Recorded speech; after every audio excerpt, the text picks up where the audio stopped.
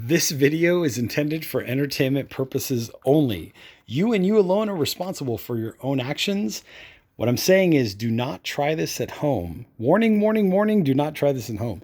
Okay, what is up, YouTube? It's Kudo Malloy here coming at you with another exciting video. Basically, in this one, I'm going to be talking about the problems that my buddy was having with his motorcycle. Technically, this is part 3 of the lean angle sensor video, but I'm going to talk about 5 things total that we had to do to this motorcycle to get it to run correctly. Knock on wood. I hope this motorcycle lives and rides on happily ever after, and you get the idea. Okay, so with that being said, if you want to go ahead and hit the subscribe button, there's a subscribe there down there below. If you want to go ahead and subscribe, there's always some cool content on here, so that's a good reason to subscribe. All right, so category 1, bad gasoline. Most people usually catch that right off the bat.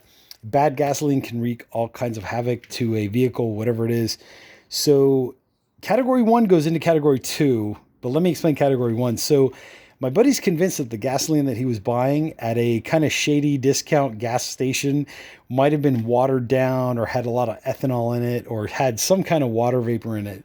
Because what was happening was the symptoms were that the motorcycle wouldn't start. Like my buddy would turn the key on, turn the switch, hit the starter button. He had to do it 3 or 4 times. Would turn the key off, turn the key back on again. That got the fuel pump to kick in again, pump more fresh gas into the cylinder. 2 or 3 times, boom, the bike would fire up. So, okay.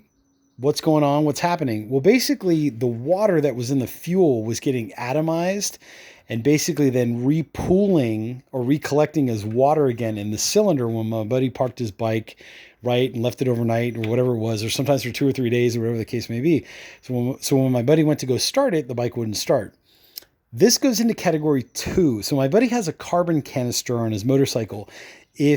If you're in the state of California or you register a motorcycle in the state of California, I believe it's the law that per California emissions, you have to have this carbon canister on your motorcycle. I think the manufacturer, whatever motorcycle it is, will install the carbon canister on the motorcycle when it's shipped to California or whatever the case may be.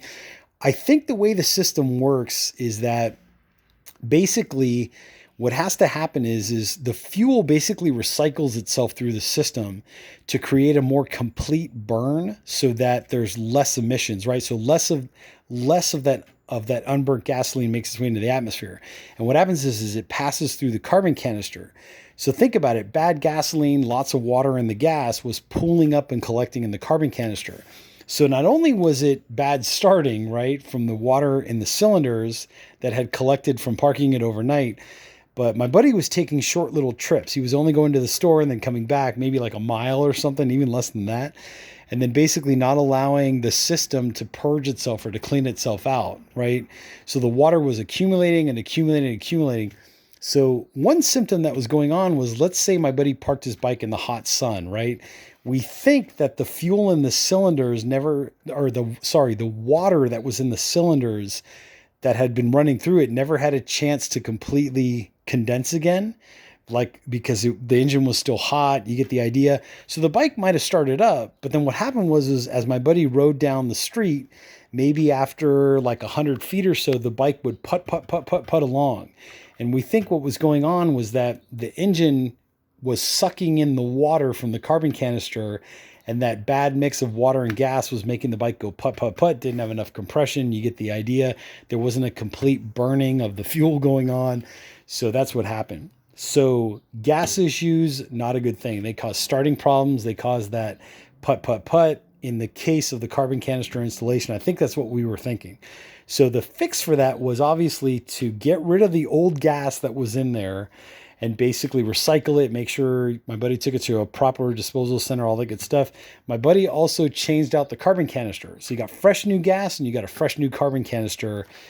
Hopefully everything was okay. Next day, bike won't start again. Same kind of issues with the starting thing going on. Oh my God, what the hell's going on? Okay, so what we kind of figured out was that it might have been a battery issue, right? Like all that hard starting was causing the battery to drain. Maybe the battery wasn't holding a charge. Sure as shit's that's basically what was going on. So brand new battery, tried it out, still having kind of intermittent starting issues, especially on cold mornings. So checked the starter motor. The starter motor had gotten corrupt because there was such low voltage coming out of the battery, like low, whatever it was. But basically I had to replace the starter motor now. So my buddy did that.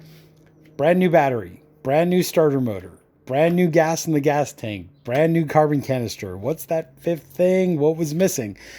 So on a positive note, this bike has a lot of wear and tear, right? Over time, the lean angle sensor may have been thrown out of whack. Just there was such a loose feeling going on in there that basically the lean angle sensor wasn't functioning correctly. I did 2 videos on this before. You can go ahead and go through the playlist and find those if you want to. Also, now would be a good time to subscribe as well if you want to subscribe to the channel. But basically, there's a pendulum inside of the lean angle sensor with a magnet on it. And the short explanation is I'll try to show you up here. Basically, if this was the lean angle sensor, there's a pendulum here that swings back and forth as you park the bike, as you upright the bike. And there's a certain tolerance, there's a certain range that pendulum can swing within. And there's a magnet on the pendulum that connects back to the sensor telling it, hey, okay, everything's cool. But over time with wear and tear, that pendulum can swing a certain way and then hold its position and lock, and it's out of whack. And we think that might have been one of the reasons, because occasionally my buddy lives on some pretty hilly terrain. What happened was my buddy thinks that because he was parked over at such an extreme angle to get the bike, just to get off of the bike on the side stand, what was happening was when my buddy went to go finally put it on the center stand, if your bike has a center stand, that's, good for you. But what was happening was when my buddy would upright the bike or try to get back to get it back on the center stand, the pendulum didn't swing back. So when my buddy tried to start the bike wouldn't start because the magnet wasn't making proper connection or connectivity to the sensor. So short story was my buddy would roll it down the hill, put it on the side stand again, upright the bike. He thinks that when he uprighted the bike again that second or third or fourth time, the pendulum finally swung back and made connection.